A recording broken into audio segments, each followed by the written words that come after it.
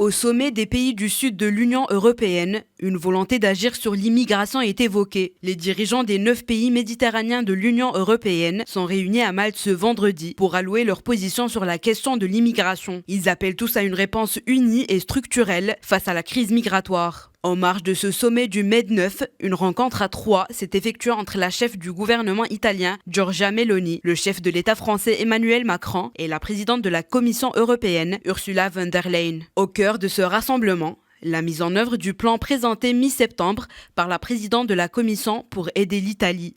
L'Italie confrontée à un déferlement record de migrants à Lampedusa. Un peu plus tôt dans la semaine, Giorgia Meloni s'est montrée plus ferme vis-à-vis de la question migratoire.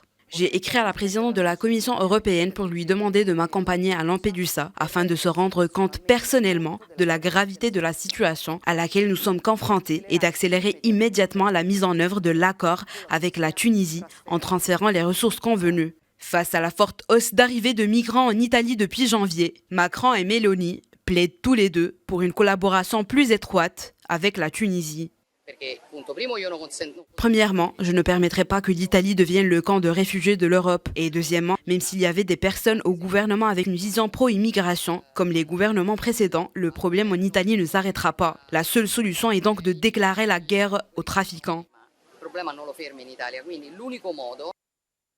Entre juin et août, au moins 990 personnes ont fait naufrage en Méditerranée centrale, soit 3 fois plus que pendant l'été précédent, selon un décompte publié vendredi par l'UNICEF qui a regretté la transformation de cette mer en cimetière pour les enfants et leur avenir. Environ 11 600 mineurs non accompagnés ont tenté de se rendre en Italie entre janvier et mi-septembre à bord d'embarcations de fortune, soit 60% de plus que sur la même période de 2022.